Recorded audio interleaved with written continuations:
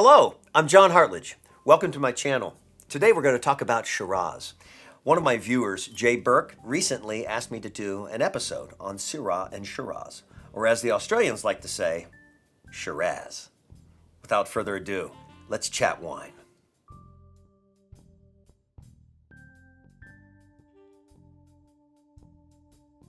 So, Shiraz. I get a lot of guests consistently coming to me and saying, hey John, what's the difference between Shiraz, Syrah?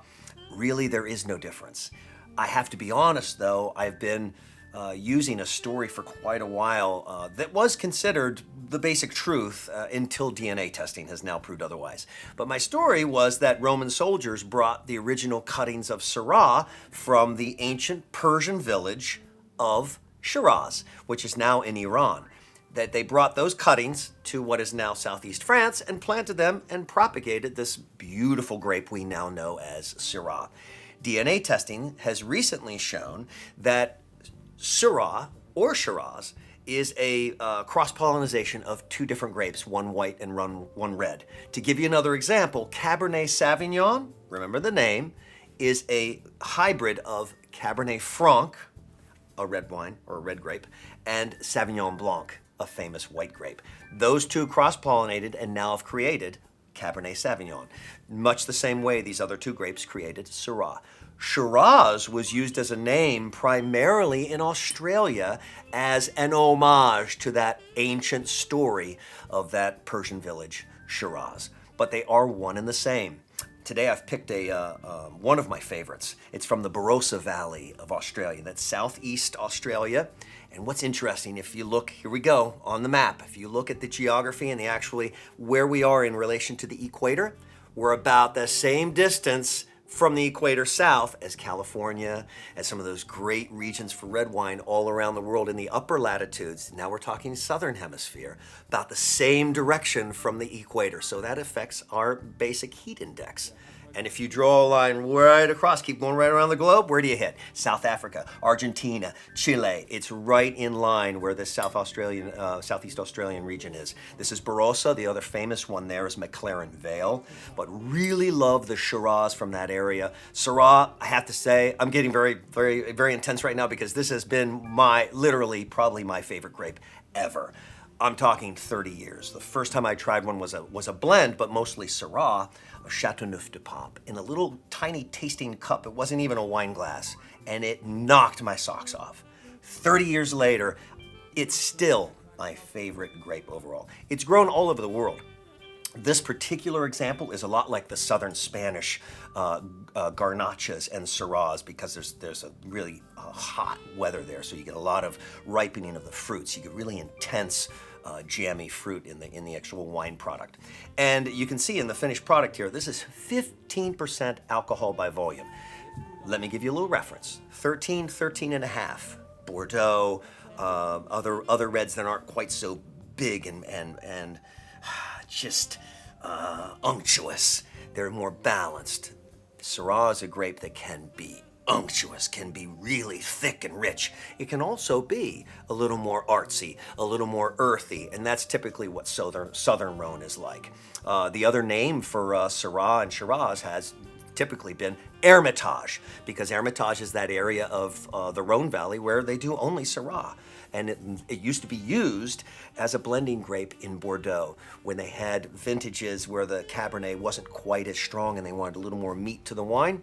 They would blend in, and now we're talking late 1700s, early 1800s, the time of Thomas Jefferson even, because Thomas Jefferson, American president, used to have wine shipped to him from France. He was very, very close with the French in their winemaking, but they would blend Syrah, called Hermitage at the time, or Hermitage.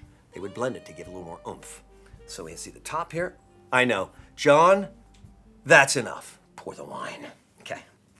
So Stelvin enclosure was really used publicly and worldwide first by the New Zealanders and the Australians.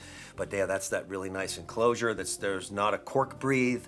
Retail $20 to $25. Massive, massive delivery of flavor for that price. Okay. Let's get a little of the glass. And I do have a couple of items I want to use possibly to decant, because it's not an old wine. This is 2017, so it's still pretty young. So I have a feeling it's going to be maybe a little tight, but with that alcohol, we might be, I don't want to say port-like, but we're definitely going to be intense on the fruit. It's massive. The fruit isn't quite as jammy yet because it's a little young, so let's age the wine now. We're gonna age the wine not only with our decanter.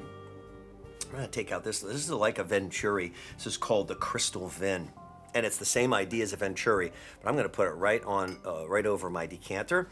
See there's these little air holes, and it's Bernoulli's principle. I love when physics intersects wine tasting. It's like science and art just coming together. Oh, it's amazing.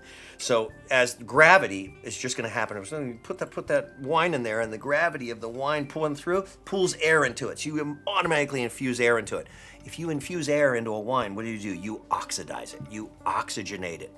Oxygenation is that very slow process of a wine aging. We just sped it up. So now we're going to go like this. There's a beautiful hiss as that air infuses into the wine. I'll put that down. And now let's taste that again out of here, just like that. Let's see how the effect. I'm guessing I'm going to get a little more out of the aromatics. It's not old enough to be a bouquet yet. A bouquet is when all of the aromas start to really kind of coalesce. Definitely, it's softer. It's really softer. That's really cool.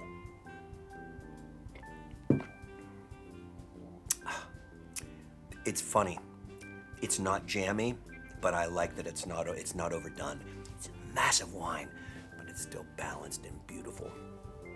And I don't really need to compare to a Syrah because it's the same grape. Now, what makes it different? Barossa Valley, Australia. The weather, the soil, that's always going to make it different. In France, they're going to handle it differently. The soil history in France, totally different. So I will do a segment on Châteauneuf-du-Pape and Northern Rhone, and we'll taste some of those together. But for right now, at the same grape, that is a great pick.